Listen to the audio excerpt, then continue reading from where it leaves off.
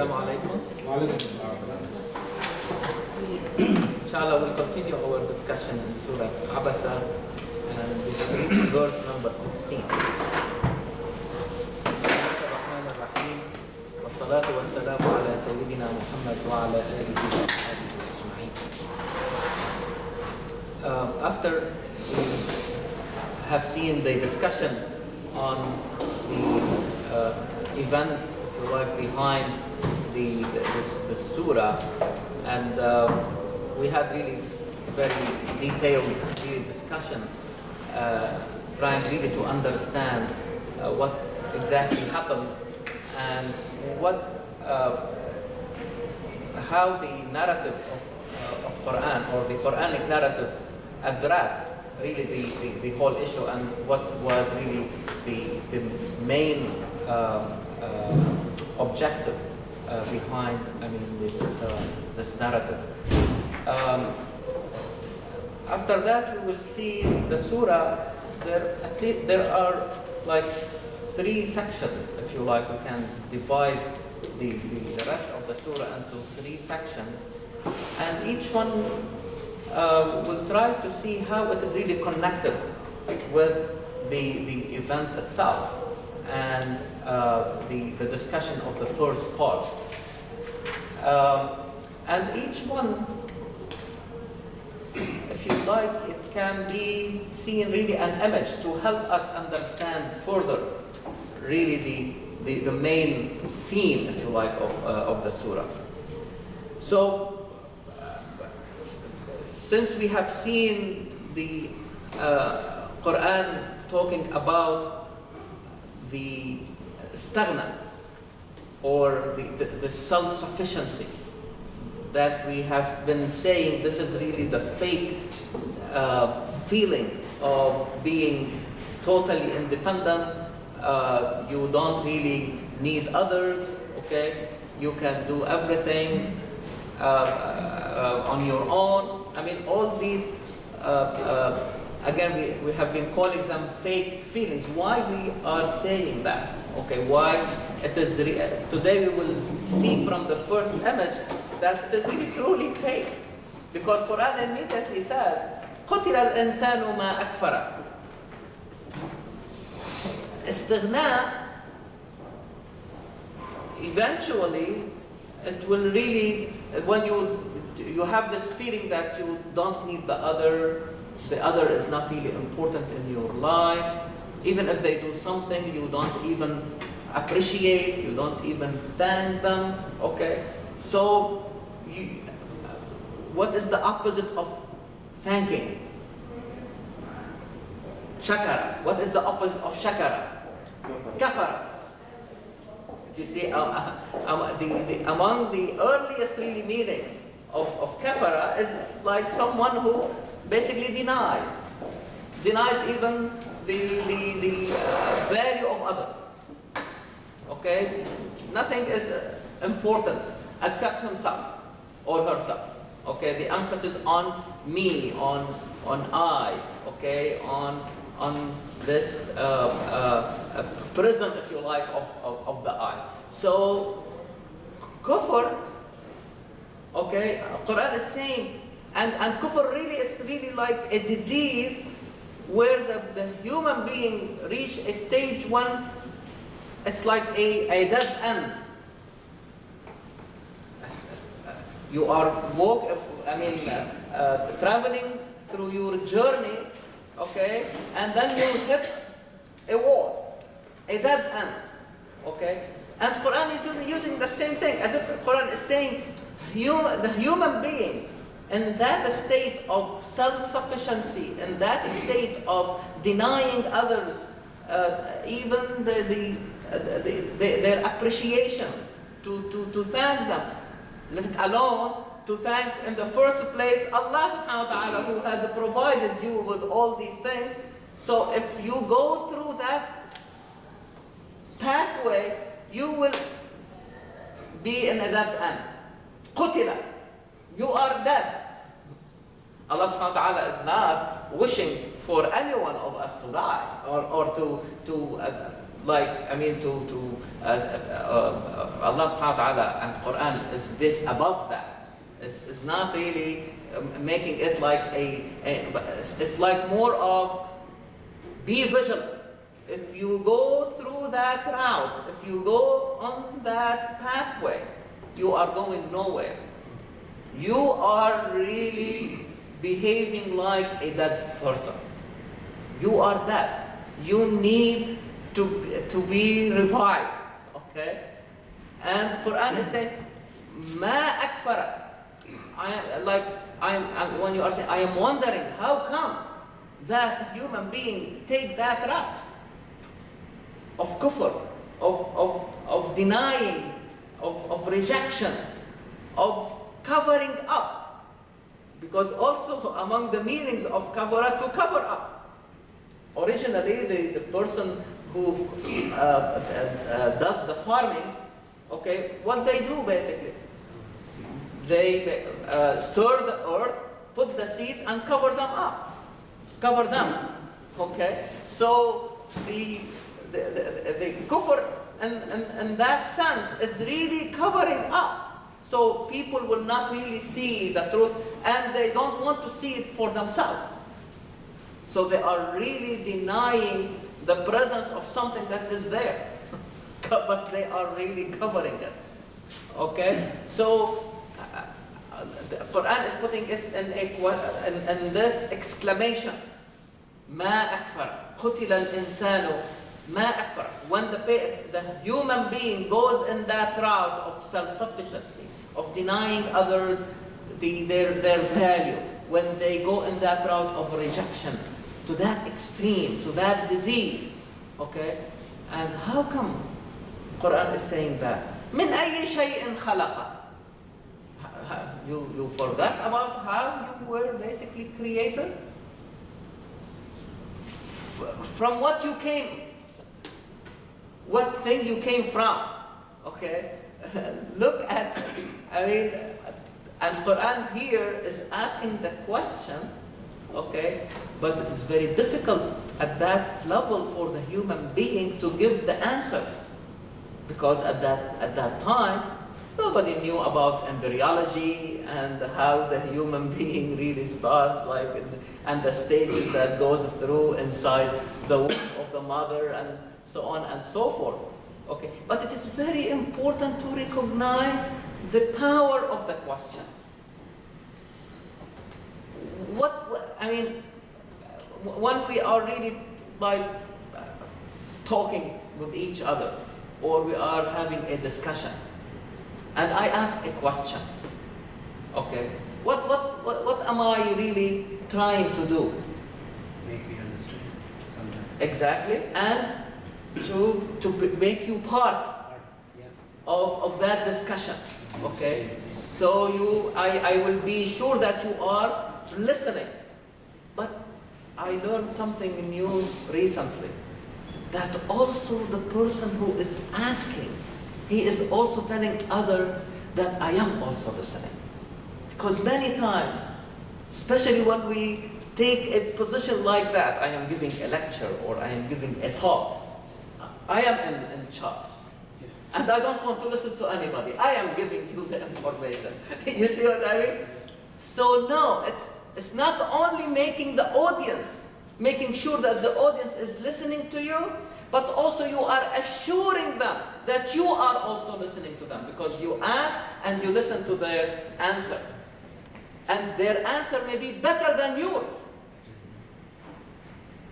Their answer may be better than yours. Many times we say, no, I want you to answer, continue talking until you reach my answer. You see what I mean? Instead of searching for even better answer. And you heard me many times saying, really, I come sometimes with 3 ideas, I come out with 10 because of your interaction, because of your participation, okay? So let us continue doing this, making it really more interactive, asking and answering, okay? Because we want everybody to be listening. not only the audience, but also the speakers themselves are also listening. And this is very powerful. And you see it across Quran. A very good example is when the prohibition of alcohol reached the last stage. Quran asked the question, فَهَلْ أَنْتُمْ مُنْتَهُونَ? Are you going to stop drinking? This is how, without an answer, the answer came from the people. They said, انتهينا انتهينا. We stop. And many times, this is how we were taught, like there are a lot of verses in Quran that are posed in the form of rhetorical question. A question that doesn't need an answer from Quran itself, but you give the answer as a listener. أَلَيْسَ اللَّهُ بِأَحْكَمِ الْحَاكِمِينَ فَمَنْ يَأْتِيكُمْ بِمَاءٍ مَعِينٍ. This is how the surah sometimes end, with a question. This is the last verse. There's no more verses. But you, as if Quran is saying, I want you to answer that question. It's powerful. You see what I mean? And when you are answering, so somebody is listening. Imagine that Allah subhanahu wa ta'ala himself is listening to us. من أي شيء خلق من نطفة خلقه فقدره. Why the human being is really going through that route and thinking that he or she is self-sufficient, and you forgot from where you came. You were just a drop of fluid.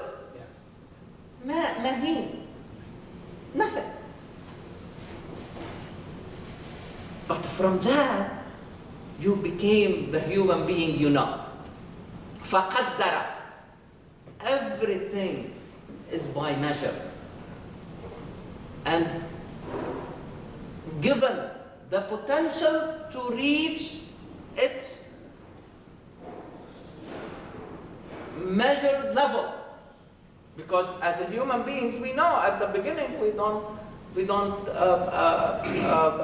not aware that we are even here.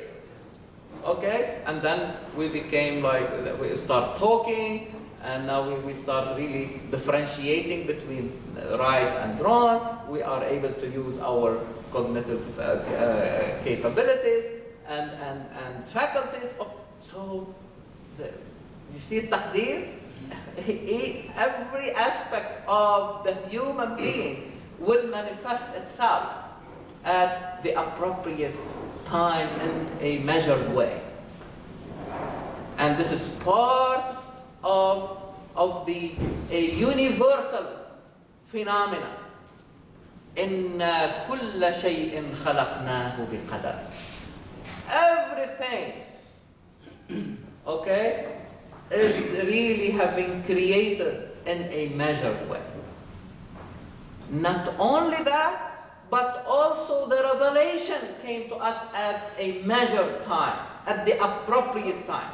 إِنَّا أَنزَلْنَاهُ فِي لَيْلَةِ الْقَدْرِ. You see the same thing. And a measure at the appropriate and appointed time. This is the right time for Quran to be revealed.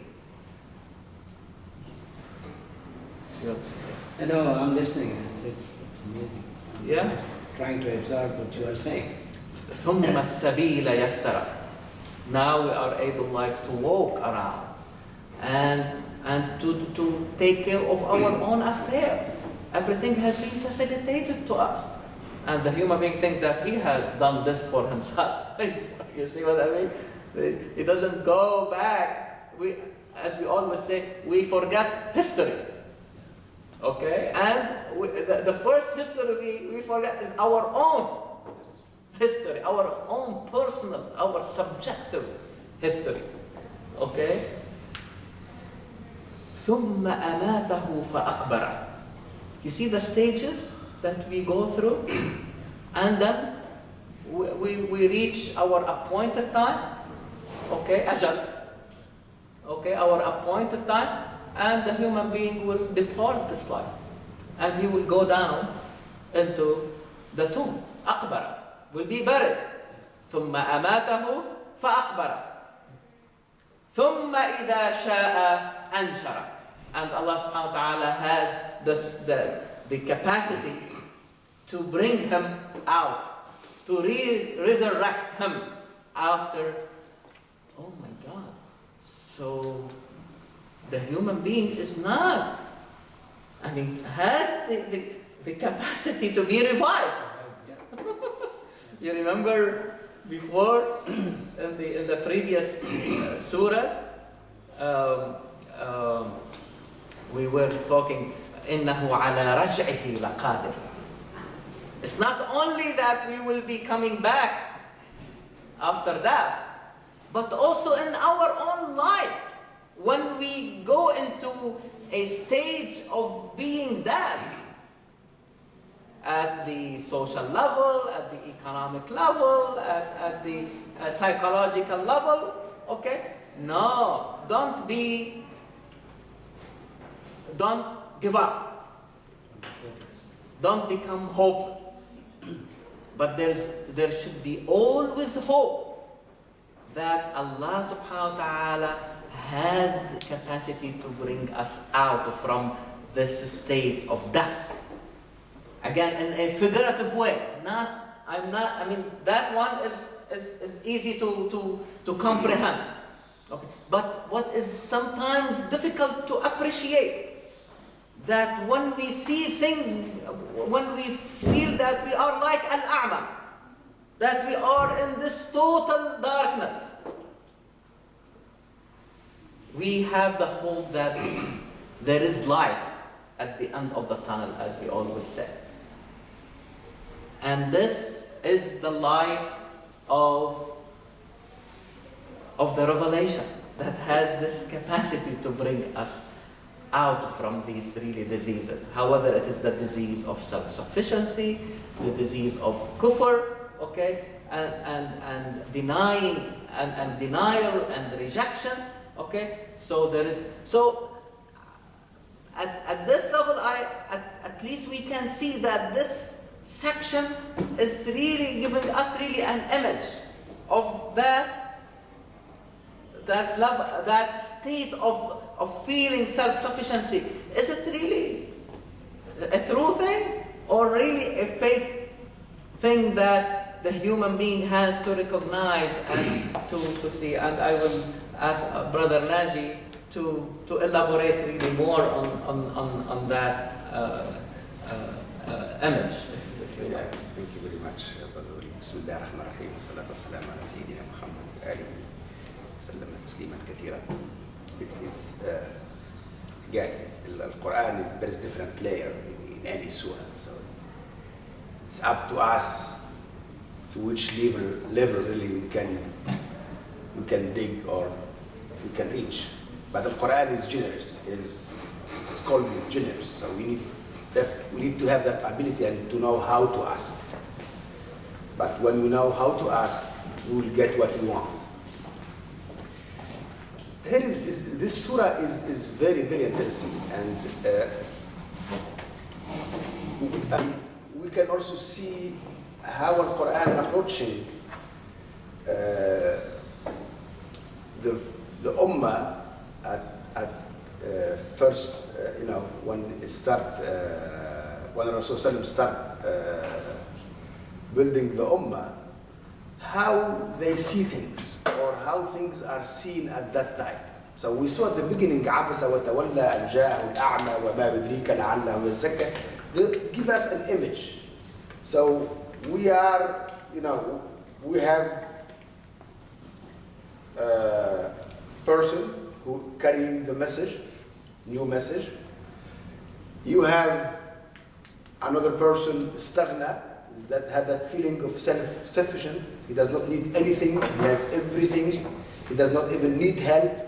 The other just need to run after him and to ask him. He really is not need for anything. And you have a blind person. Is now ability to move. Doesn't know directions. And the message is about the meaning, about the direction, about the sense. And you have a society that give worldview to stabilize these things. The worldview is everything is natural. You were born blind and you are blind naturally. You are homeless, you don't have anything. But this is it. This is how things are. And you have everything, and also you earn that because you are great, you are a hard worker. Really, you don't need anything. No one really can proclaim, so you have to help. Why you need to help even? Because no one give you anything, and you can prove it. You have everything, and you are not in need for anyone help.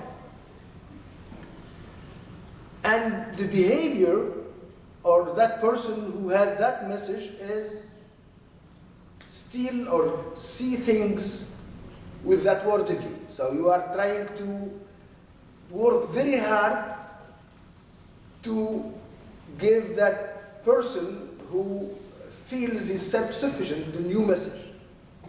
And at the same time, the blind, the person or the society or that really has a big need for the message, you try to ignore or not just ignore, maybe the order of priorities does not come first. Yeah.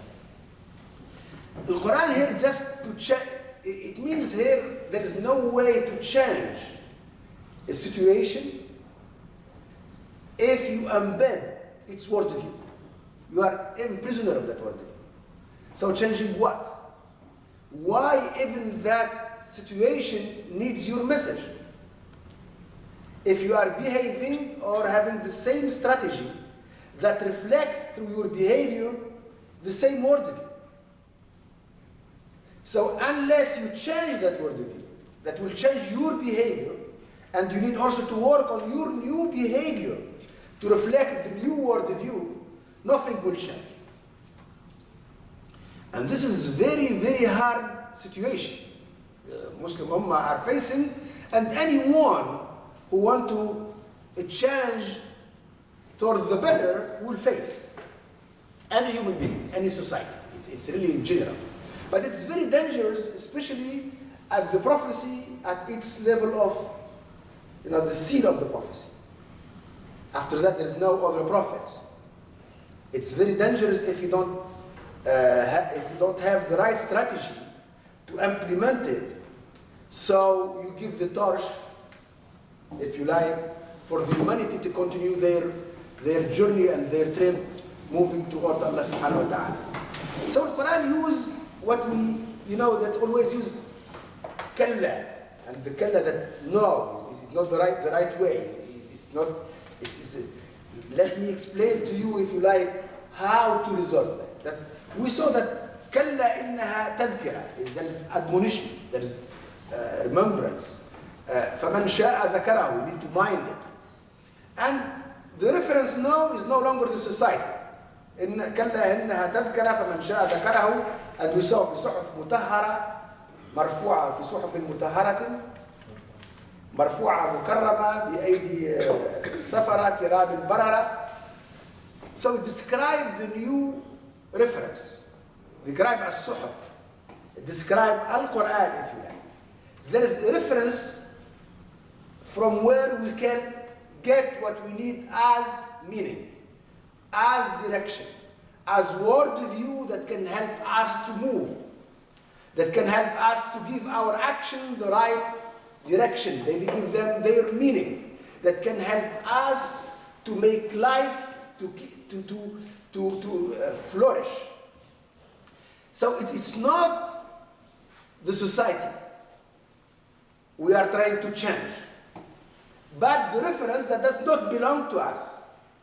Allah provided us that reference, as He provided us the reference from where we get all what we need for our daily life.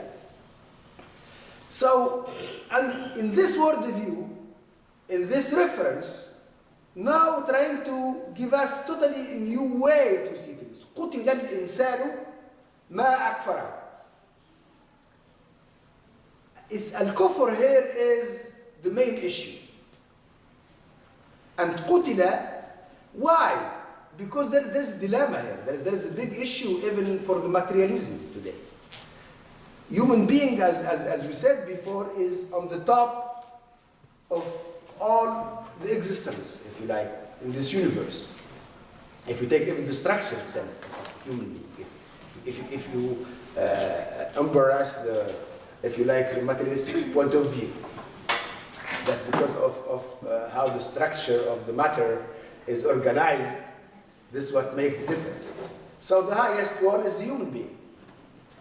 But if the highest one is the human being is going nowhere. It means in this world view is we are born dead. So change what? There is nothing to do but to go down, if you like. But there's no way to change. And we saw in other surah also the human being, if there is no belief, there is something higher or better, you cannot move. فَأَمَّا مَنْ أَعْتَى وَاتَّقَى وَصَدَّقَ بِالْحُسْنَى. You need to believe in that perpetual, if you like, state that you can reach, but from that state you can go to the higher state. That's continuously, so it's in perpetual way. So human being, but you need to believe in that. Unless you believe in that, there is no way to move. And this is very interesting because even in nowadays, for the researchers, if you come to a researcher and you tell him or you tell her the issue you are trying to resolve, someone else have a solution for it. You don't give a solution. You just tell there is a solution for it. The information only accelerates the process for that researcher to find the solution. It's very interesting. So it means if you believe there is a solution for something, this can give you the power, give you the energy and help you to achieve that goal. We have a researcher. Have you experienced something similar, like what Naji is saying? Like if you hear that somebody else has reached a certain on something that you are working on, and somebody has reached a solution, although you do not know the solution, but that may become the impetus for you, like to work hard, and you be. I think that's very true.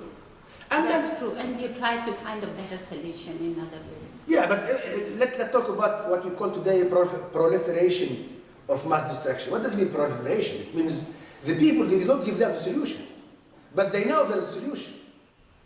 Mm-hmm. So the fear or you are scared, they will find it. Mm-hmm. You didn't give them any solution, you just, because they know, so they can do it. And it was for young children, like we have these young children in the audience, and if you begin to tell them, for example, chemistry is easy, they would try to take it like, oh, it's very easy. Yeah. So we do apply that for teaching young children, because now science is presented or research is presented as something very difficult. So young people are not coming into it. So for the past, 15 years, I do experiments with young people in their schools at the age of 7 and 8, telling them how fun chemistry is. We are all nothing but chemistry. It's a manifestation of chemistry. So I have exactly in a different way. Because even in high school, they tell children, they don't let them take chemistry in their first year. I'm talking about chemistry because chemistry is my passion. So I think it's very important. What you said has great relevance.